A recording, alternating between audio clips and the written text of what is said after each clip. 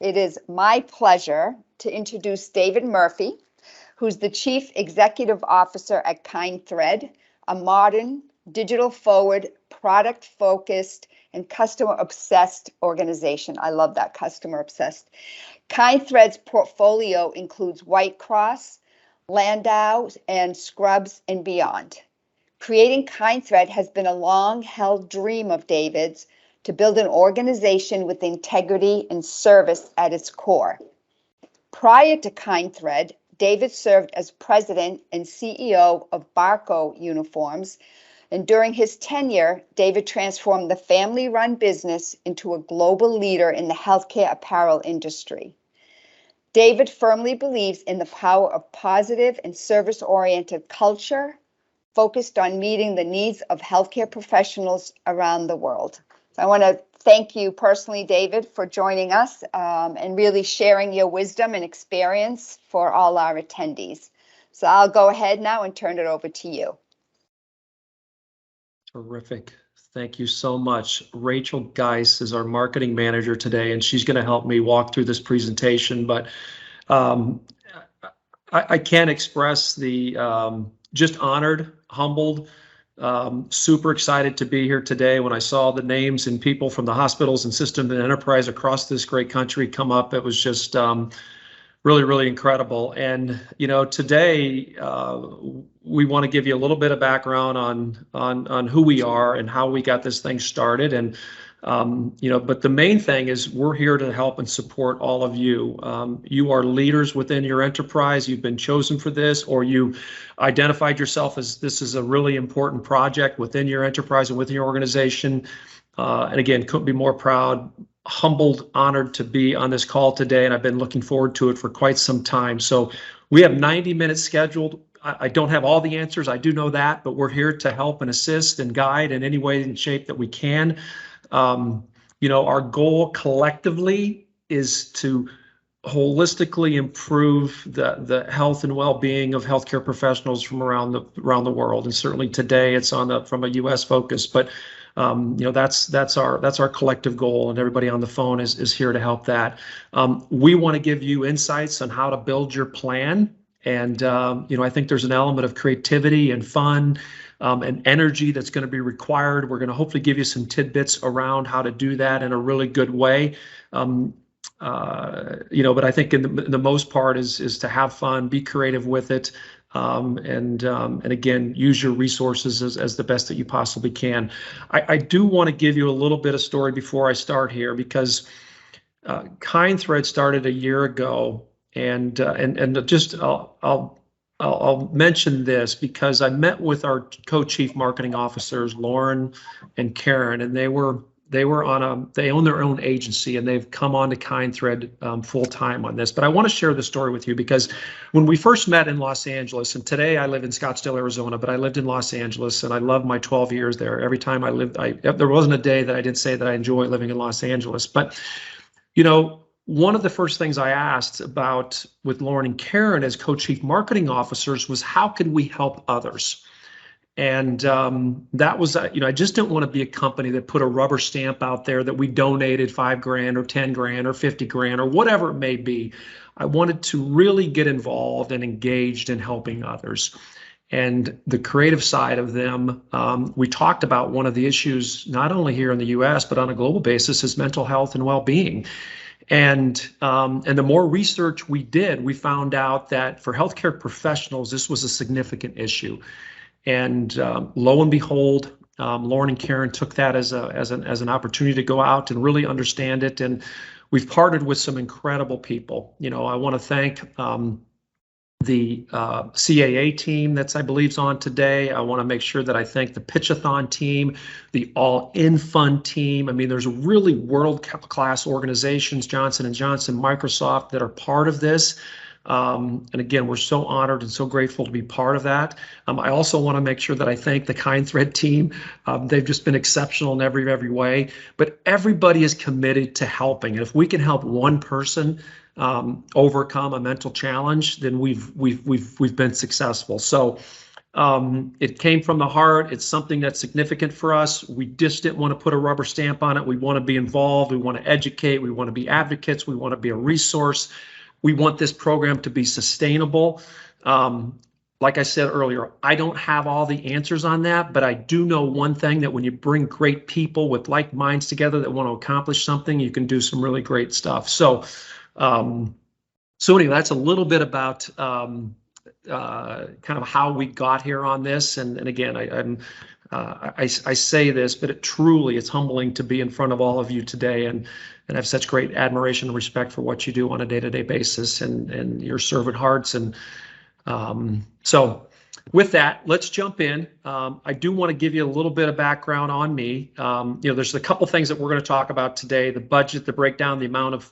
Okay, so Rachel, we're in alignment here, and that's one thing we love about the virtual world, right? There's always a little bit of technical glitch on that, but I do want to give you a background on introductions of Kindthread and who we are and what we're about, and then again, we want to help you be able to build and create this vision, this pitch, if you will, on your goals as far as how you can build out a program that's going to help the health and well-being of the healthcare professionals at your enterprise. So we'll talk about that. There's a budgeting and financial forecasting piece that we're going to talk about today. There's a scaling and innovation piece, and I'll share some examples from what in my career and most recently in Kindthread of how to scale and innovate on that side. And then certainly we want to leave it open for questions and answers at the end here. And if we don't get all of the questions answered today, you can certainly we can consolidate those and we can get back out to you any answers that we didn't get to answer today during this time frame. So the most important thing for us today is to build a relationship. We're here through this. It's not a 1 day, 1 week, 1 month. We're committed to this on a long-term basis. We want to look back years from now and say this was a really powerful program that we built out, and we're part of that. So a little bit a background on myself. What's important to me is health in my family. If I don't stay healthy, I can't take care of my family and I can't lead my team and make a difference in people's lives. So those two things are really important to me. I'm a foodie at heart. Anybody that knows me knows I love a great restaurant and a good glass of wine. And I learned early on in my days at Nike, Phil Knight once said, if you're ever going to travel and you're going to travel the world, always make it where you stop and have a really good meal with someone and enjoy that. So my team knows that I'm a foodie at heart, and I love that. There's a continuous learning and growth that I've always taken to heart. Just constantly learning and growing as an individual, and how can I do better? How can I be a better husband, a better colleague, a better leader, so on and so forth. And then probably the most important thing is how can you make a difference in somebody's life? And throughout my career, whether I'm a mentor or whether you're just kind or you make someone's day, I think that's just kind of the energy that I want to bring to people. And so this is something that's important to us as an organization. And so that's a little bit back on me. Kindthread today, and if you want to go to the next page here, is essentially a year ago. I began this process of building out an organization with legacy brands, companies that have been around a long time. If you look at the list here, Landau has been around for 70 years and serving healthcare professionals. Many of you, probably one of your first uniforms was Landau, but it's a wonderful company out of Olive Branch, Mississippi. White Cross is out of Montreal, Quebec. Chefware is an occupational business that came with Landau, although we love occupational folks and very service-oriented, much like healthcare. And then Scrubs and Beyond, and White Cross has been around over 100 years out of Montreal, and then Scrubs and Beyond is 30 years. So very much legacy brands that have been committed to this healthcare industry for a long period of time. And our goal was to take these legacy brands and this legacy retailer and modernize and elevate in every way, with the goal of delivering great products, great services, and great experiences to this healthcare community that we so love and admire.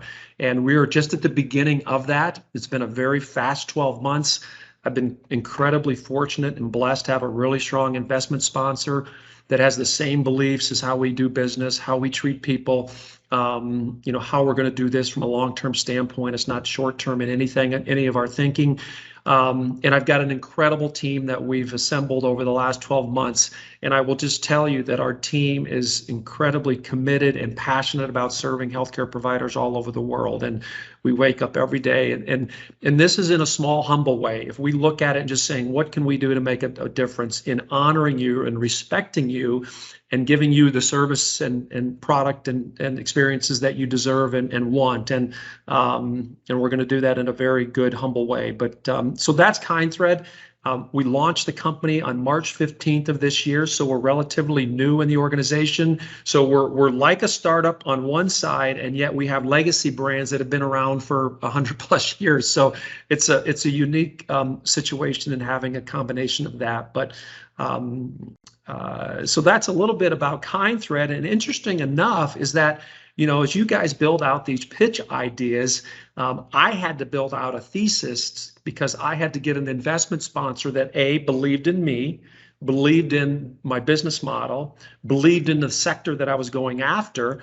And so it's kind of what you guys are doing today. It's a really exciting opportunity. You were chosen for a reason, I said, or you volunteered because you're passionate about helping others and making a difference, which you do on a daily basis anyway, but now you're even taking a step forward. But our goal is to help in a small way as you guys build out this pitch deck. And hopefully I can give you some examples today, both on the finance side, on the ideation side, on the deliverance side of building this plan out. So in the end, hopefully, you can make a difference and have an impact. I mean, how powerful is that if you get a chance to make a presentation and pitch an idea that you can make a difference in your entire enterprise that you work for? It's pretty cool and very exciting. And again, love the fact that we're part of this today. So that's a little bit about David Murphy and a little bit about Kindthread, and then with Rachel's help, we'll jump right into this. So budgeting and financial forecasting. For some people, this is a 4-letter word, right? And the thing about financial planning and budgeting is it's just a great, I call them guardrails. It keeps you on path of what you want to accomplish. And if you're going to get a certain amount of money to fund a program within your enterprise, you better have a really good idea as far as what that money is going to be spent for, whether it be education, speakers, professional help, support. What does that look like, right? And so it's really, really important that you have an understanding of the financial implications of implementing and scaling this idea. And I'll share some ideas and thoughts around that. So why is having a budget an important component of bringing innovation or idea to life? And we're gonna talk about that.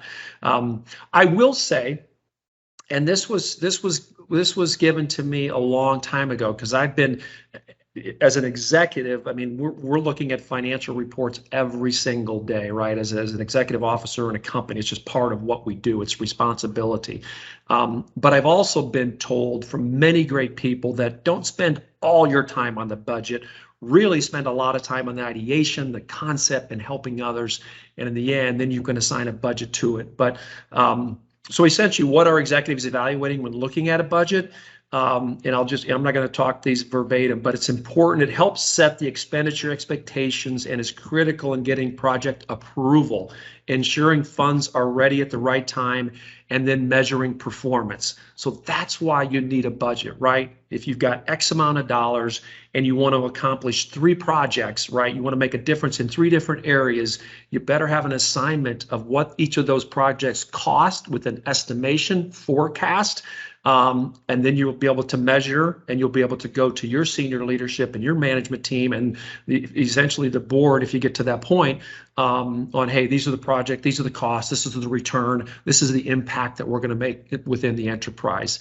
I will say, and in all of this, as I go through this and throughout my life, and we've all had that, mentors that cared about us or that brought interesting perspectives to us.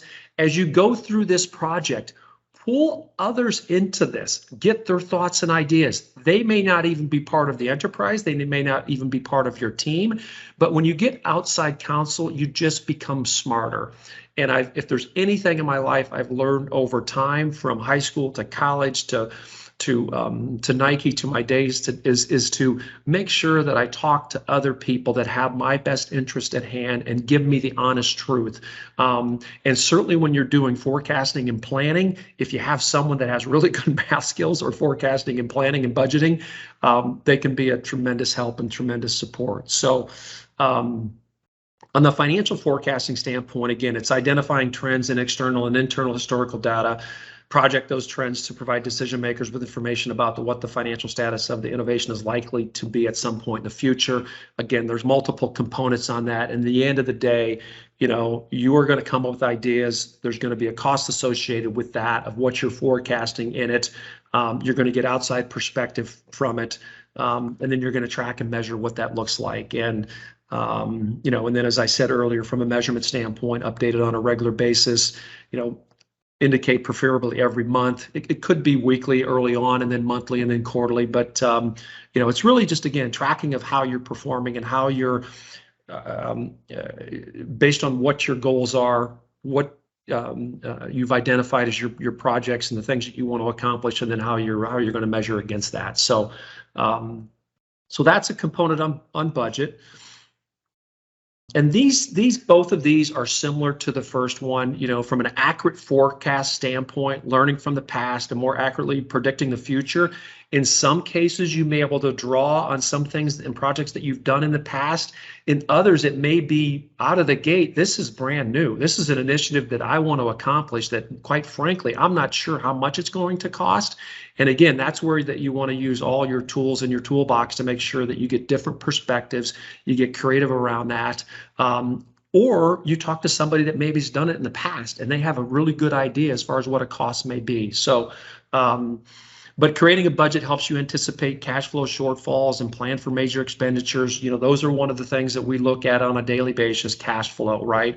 And again, it's if you got X amount of dollars, and I'll just use this, if you have $1 and you're spending $1.20, it's probably not going to be a good outcome. If you have $1 and you're spending 80 and you have 20 cents left over, you know, that way you could get a little bit creative, and also, you know, maybe to add another project at the end. So that's the importance of the financial forecasting used to implement a really good project and an idea. So that's piece here. This is just a budget example. It's from an Excel spreadsheet. I have been fortunate enough to, Lilia Lauren today is my CFO at, I should say our CFO at Kindthread. And she's just a wonderful person. She's so proactive and very detail oriented. And again, I would say as a leader within this, and that you're charged with coming up with the ideation pieces and putting some budgets and be very specific around what those costs are, you know, reach out and get that financial expertise, or reach out to one of your former colleagues or mentors that maybe have gone through this before, or within this call today and through the Pitch-A-Thon team and CAA and the All-In group and certainly Kindthread, we are here to help. We want to be a resource for you. We want to put you in position to be successful and to impact and make the biggest difference in as many folks' lives as we possibly can. So this is just a template. It's not, to my knowledge, I don't think you're going to be doing any gross sales or discounts or freight, but again, it's a P&L spreadsheet that just kind of lays out exactly. In our case, payroll is about 50% of everything that we do. So when we look at our operating expense, payroll is a big part of it. People are really, really important to us. Having world-class talent, making sure they're inspired and motivated and rewarded. So payroll is always a pretty big piece to this. But again, these are just, you know, payroll, bonus, other comp and benefits, travel and entertainment. These are all line item expenses. And again, I would suggest, and I don't know exactly how this process is going to work on your end as you build out these ideations, but the point that I want to make on it is just the financial planning is a really key part here. Use your resources, get knowledge and insights from experts, and then test it, right? Present it to a couple different people and get feedback on it. But as much as anything, right, your idea as far as how you're going to make an impact is, to me, that's first and foremost in this whole process here. So anyway, that's some of the forecasting and planning pieces. If you're looking at it from my perspective, when we looked at the global healthcare sector, the size of it, the number of healthcare professionals, the demographics of each, we broke it down into segments. So we went to great lengths in my thesis to really understand the marketplace, not only here in North America, but on a global basis. And so it's very detailed. It's a big report. And then we did, we did test and measurements from other organizations, data organizations that pull this up. But certainly, again, in your case where you're building out this project and you're looking at forecasting it and planning it, I think it's, as much as anything, using the team and having an idea, and then getting perspective on it. So cool. All right. So scaling and innovation, right? You have an idea, you have a concept. What does it mean to scale a project or an idea? And why is it important to think about scalability when implementing a project, right? I've always thought from a big picture standpoint, right? How do my idea and my thought, and I miss this. There's been so many people with great ideas and great thoughts, but if they don't get organized around it, it's impossible to have success. It just is. So from that standpoint, that's what financial planning and budgeting does. It gives you guardrails and it gives you guides, and it's part of the planning process. But when you're thinking from scaling a project, we're going to love people that have creative ideas that, you know what, this is a project that we can start today and we can build it over time, and we can not only make an impact at my enterprise, but we can make an impact across enterprises and hospital systems and clinics and centers all over the United States and beyond. That's the kind of ideas that we want to think about and bring to the table. So don't think in a standpoint of just in a small scale version. Think in a big scale version. But scale means there's a place to start, and then you build it over time. That's we'll talk a little bit about this on the scalability piece and implementing a project. So Rachel, if you can jump to the next slide. And these are 6 steps to scale. All very important. At the end here, I'll call out a couple that I think are probably most important, but these are all really, really important. And as you start to create your ideation piece, and my favorite time of the day is ideation, and I am a whiteboard. I love whiteboards, right? Because that's where the creativity, and that's where you can just put up ideas. And in fact, Lauren and Karen, who are the co-chief marketing officers that I shared about earlier, we spent 2 days in Los Angeles early on, and we whiteboarded ourselves to numbness, quite frankly, but it was a lot of fun.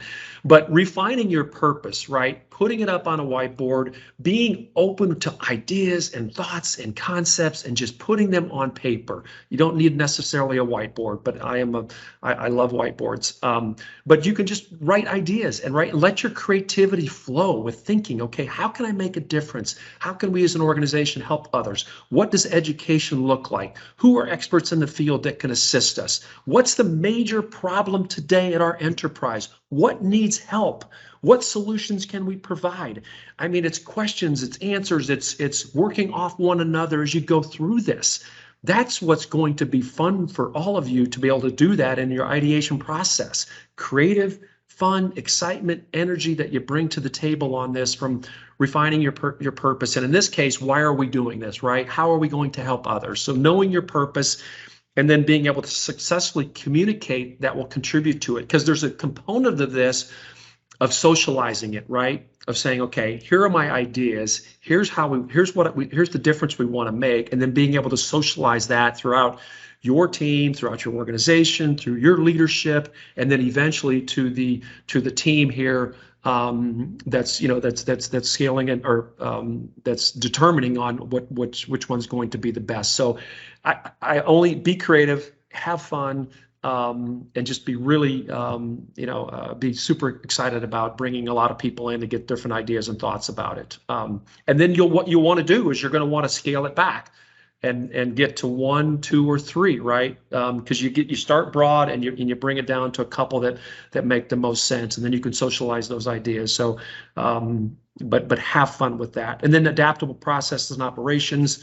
Again, a framework for how this is going to get implemented, right? So you've got these great ideas, you've got really powerful thoughts, you've got some good solutions, but what's the framework and timing and cadence on how we're going to get this thing implemented? How are we going to make a difference? And that's incredibly important. The third piece is, and quite frankly, the establishing the team and delegate, right? I mean, I think that's almost as, if it's not number one, because at the end of the day, I say this, and it's so true. In everything you do in life, people are the secret sauce. They just are. When you work with good people that don't have egos, that want to help, that want to make a difference. And I'm telling you, the number of healthcare professionals that I've met that have that mentality is why I love this industry.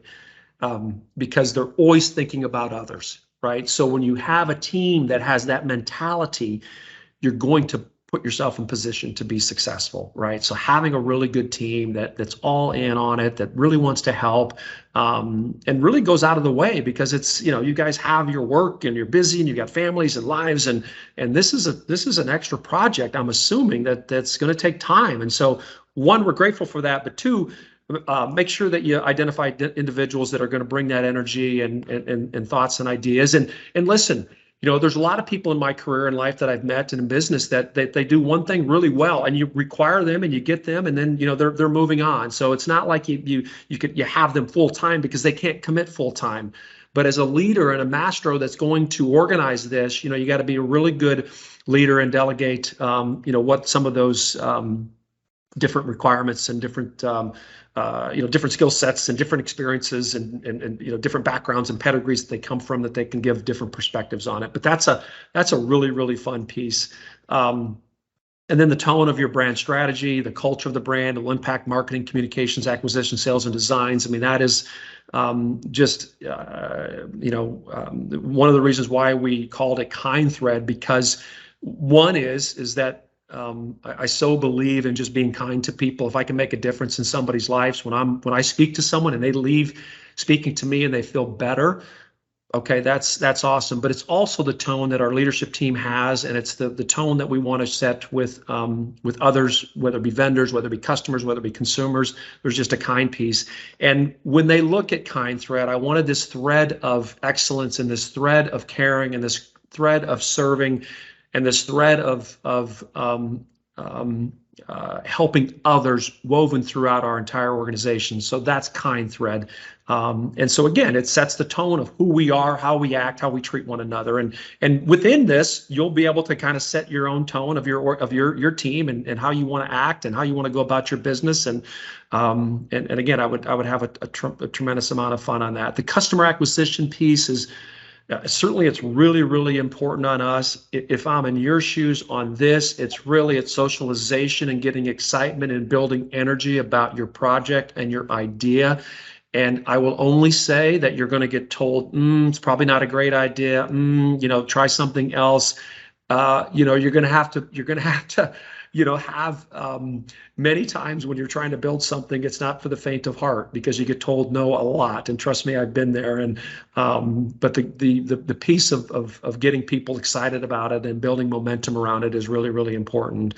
And I've talked about this, number 6, connect with informed advocates, industry experts, mentors, your loved ones, your partner, your kids. A lot of time kids have really great ideas because they're so in tune in modernization and what's happening out there. But use your network to build out your ideation and build your plan. And but of all this, your purpose, you're building your team, defining your strategy, connecting with informed advocates, all of those very important. But I would just say, be creative, have fun, get organized. right?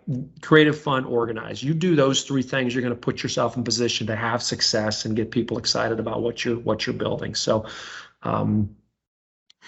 okay, Rach. And then what is the human aspect of scaling a business, innovation, or idea? And just, gosh, this piece to me, as I said before, the people aspect, it's the secret sauce of everything that we do. And you guys, this team, these people, you're on this call today. I mean, you live this every day. You're engaging your energy on helping others become healthy and becoming well. And it's just, I have such respect for that. So we'll talk a little bit about this on the business side of it, but I just understand the importance of it. And how do you build structure around an idea? And then the second piece is how do you build an ecosystem of support towards an idea? This is something that I've used over and over: smart, measurable, achievable, realistic, timely goals. We as an organization, we go through our quarterly initiatives every 90 days. So right now we are in the midst of Q3, July, August, September, and we know exactly what our initiatives are for this quarter.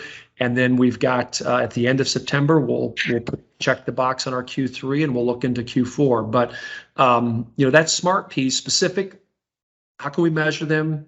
Are they achievable? Can we make a difference? Are they realistic? And then the timing around it. So all of those are incredibly important. And the SMART analogy, it's an easy way to do it, because then you just follow it on the whiteboard or as you build it out. So I've always loved that. Creating a business plan or model. We've talked about that. Your project initiative, providing research and data to solidify the need for the idea and think of creative ways to solve the need. I talked about that earlier. Any ways that you can bring research or insights or data to support your idea, it's powerful, not only to your leadership team, but to the community that's going to be making the decision on this. Data is just right. There's all sorts of art, human wise, that we bring to the table every single day. But when you have data that supports what you're trying to do, it's massively important. So anytime you can bring data into your project and your presentation, it's really, really important, because numbers matter. And then consider partnership opportunities to help scale or implement. I look at business differently than a lot of people do. I look at business as, at the end of the day, our goal as Kindthread is to serve the healthcare provider in the best way possible.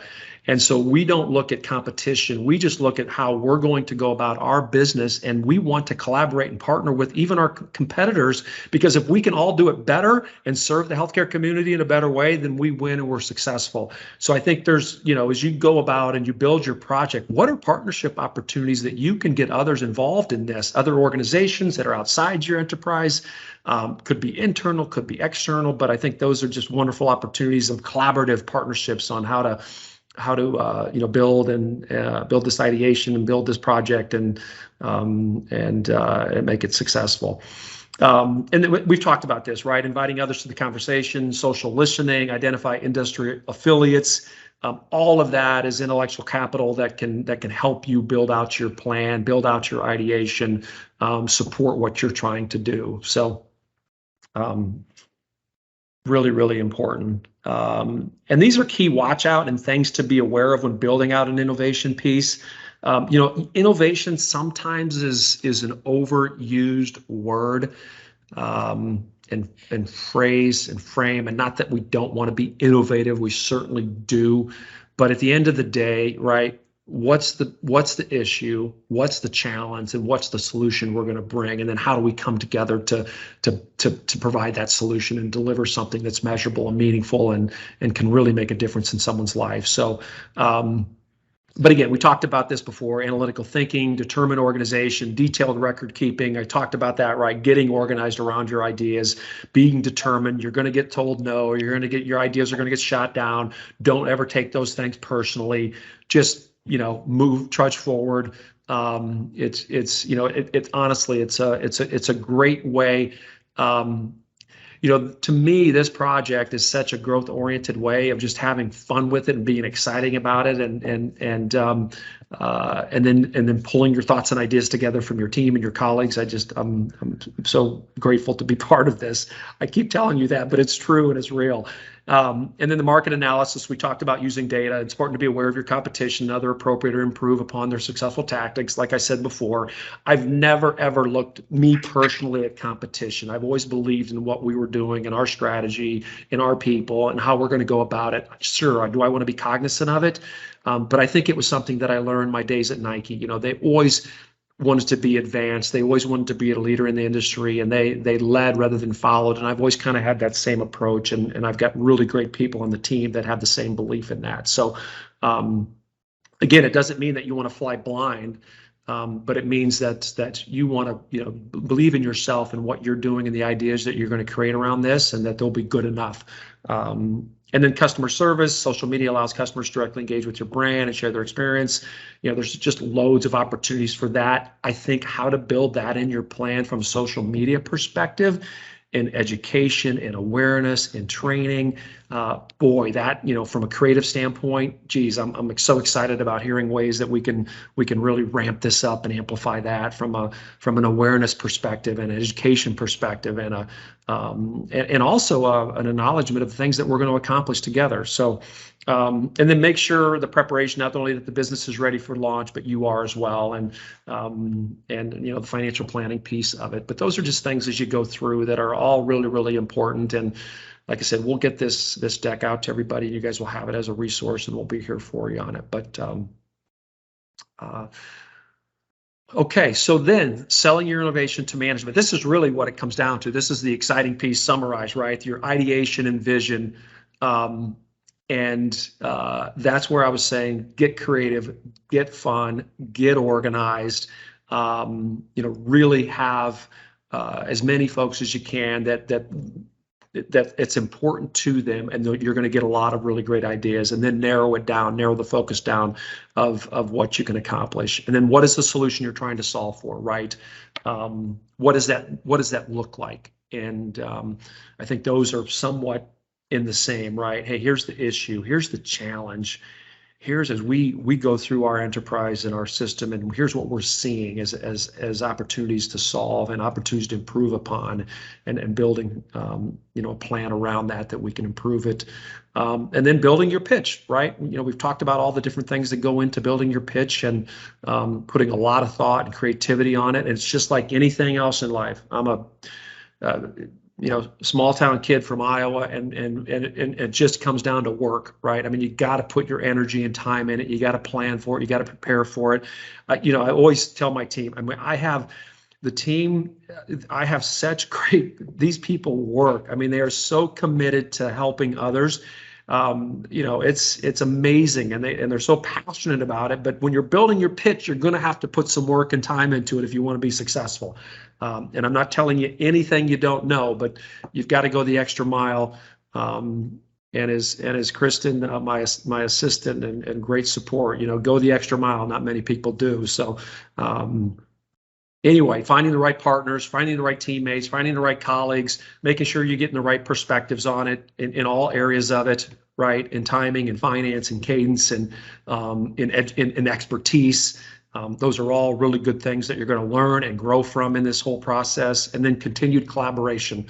You know, that's a component that is ongoing. And that we are so fortunate that I've got leaders in my organization that I call it our leadership DNA. And that's the type of people that lead daily. They don't have an ego. They never make it about themselves. They're all in providing solutions and help. You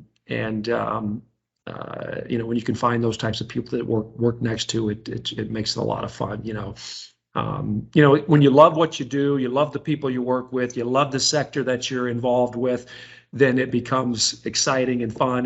And hopefully as we go forward, you're going to feel that every day from Kindthread, and you know, we'll earn your trust and respect in a small, humble way as we move forward. I just want you to know that our Kindthread team is here for you, and we've got finance support, we've got software support, We've got our chief operations officer is incredibly smart and talented.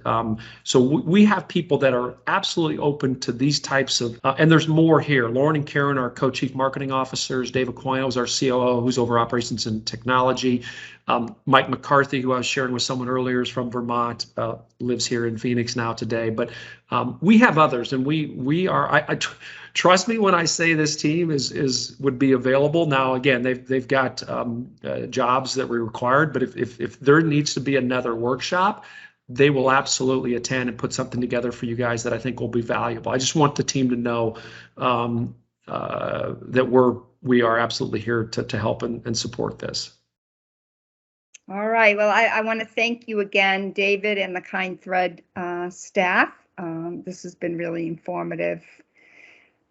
People are also commenting that this was exciting and grateful. So thank you. I'm honestly incredibly humbled and honored. I really am so excited about it, and we're here to help in any way that we can. So I so appreciate the time, and hopefully I'll meet many of you as we move forward in this, and just excited to be part of it. Thank you for allowing us to be here today. Thank you. Thank you so much.